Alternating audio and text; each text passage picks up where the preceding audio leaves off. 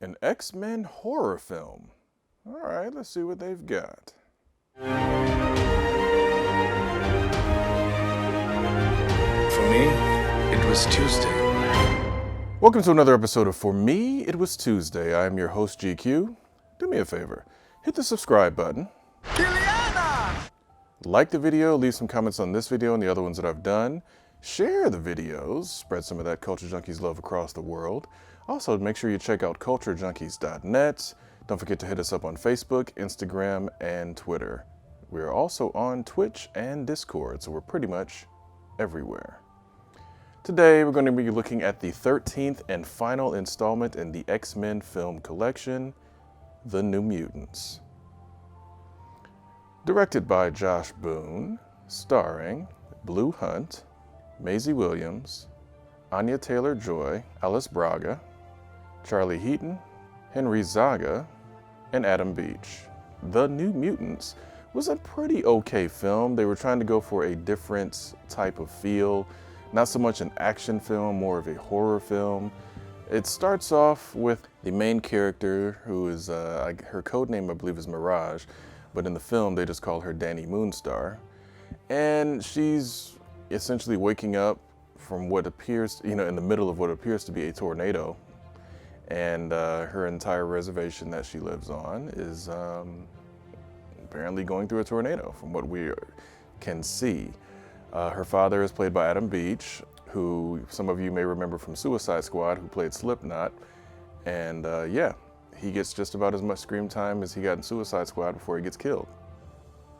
I don't know what it is. Adam Beach gets killed a lot in superhero movies. I don't know if that's in his contract or what, but he gets killed very quickly.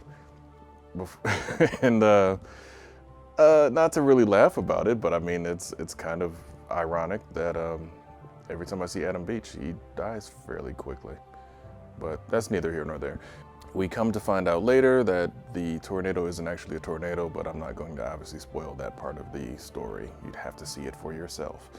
She wakes up in a hospital, and the nurse who is attending, or doctor who was attending to her, is played by Alice Braga. It's kind of one of those situations where it's like, is this person completely who they seem to be? Because even though she claims that, hey, you're a mutant, what she is, and we're trying to figure out what your power is and trying to help you, it's kind of like you're under this surveillance all the time. You're under lock and key, basically. So it's like, is this facility trying to help, or trying to train, or what's really going on? So it's kind of one of those, little bit of a mystery here and there of like, okay, what's really going on with her?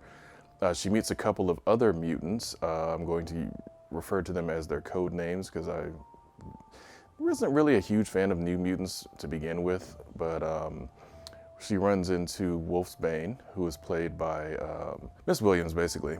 There's two alums from Game of Thrones, Anya Taylor-Joy and Maisie Williams, that's her name. They're both from Game of Thrones. They're kind of the elder statesmen, so to speak, when it comes to this young cast, because obviously being on Game of Thrones, they have a lot of acting experience.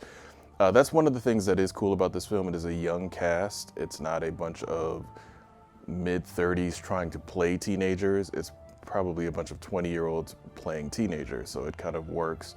Anya Taylor-Joy plays Illyana Rasputin, also known as Magic, or Magique, if you want to go that type of pronunciation. Also, of course, she's Colossus's sister.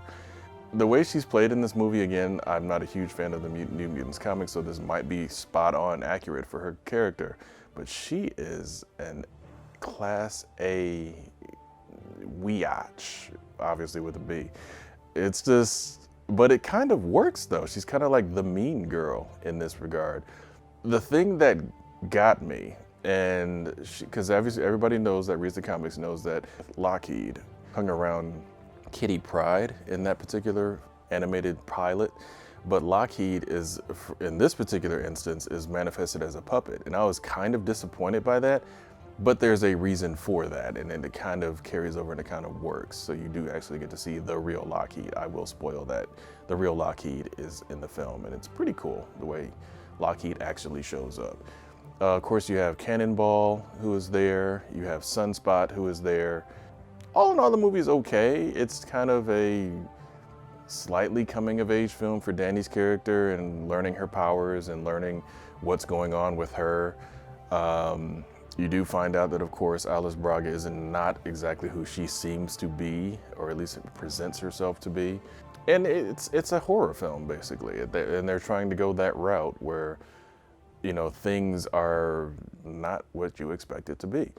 And that's fine. And I think with this particular film being based on an arc called The Demon Bear, that kind of lends itself to, okay, yeah, this is a little bit different. There's a lot of psionic, you know, mind games going on. And I think for this film, it kind of works, but it's one of those situations where it's like, this film was supposed to actually come out before Dark Phoenix because it got, as many people know, this film was delayed, heavily delayed, and the pandemic made it even worse. And then, of course, Disney buys Fox. This film just kind of kept bouncing around in limbo, ironically, given that Ileana travels through limbo. So yeah, when this film finally came out, it was like, wow, it took a very long time, and I didn't expect very much of it even when it was first announced and I saw the trailers for it. Then when I actually finally saw it, it was like, oh, okay, well, that was nice. It wasn't great though. And I guess it's not fair to, you know, put a great expectation on it because again, it's the New Mutants, something that I didn't really have an interest in to begin with.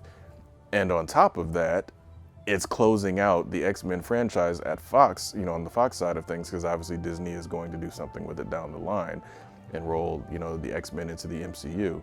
But this particular film, The New Mutants, of course, you know me, I got it on 4K because I have to have 4K. Not too bad. As far as extras go, deleted scenes, some slightly extended scenes. One of the deleted extended scenes is literally one camera change, like one, and it's nothing major. Of course, you got your commentary track, you got your behind the scenes, meet the New Mutants, so basically kind of a rundown of the different characters. All in all, not too bad. If you have it, you know, if it's available to you on one of these streaming services, watch it that way. I would not suggest going out and purchasing it unless you just really want to have a complete X-Men movie collection, which is, of course, I do. But I'm going to leave you guys with these final words. For some of you out there, the X-Men film franchise, actually for most of you out there, the X-Men film franchise has been a roller coaster ride of some okay films, some pretty good films, some really, really bad films. New Mutants probably sits right there in the middle of all of that. It's being the 13th film, lucky number 13, in the X-Men film franchise. And for some of you, all the delays and all of the constant reshoots that they didn't even actually use and delays has kind of put you off to it and didn't really want to see it. But then it finally showed up in August in theaters during a pandemic of 2020. And for some of you, that was just too much, didn't even want to bother. But hey, for me, It was Tuesday. I'll see you guys next time. Hey, this is GQ giving a quick shout out to DeMarcus Smith, Fab Nerd Life, and the NetNet, our Culture Junkies level patrons. If you'd like to get a shout out from yours truly, stick around to the end of the video, see exactly how that gets done. But if you want to support us on Patreon, it's patreon.com/culturejunkies. For as little as $1 a month, you can support a Culture Junkie. We don't even ask for $1 a day like some of those other places seem to want to be, those little greedy places asking for all that extra money. $1 a month, you can support a Culture Junkie. We appreciate all the love, the likes, the shares, and I'll see you guys next time.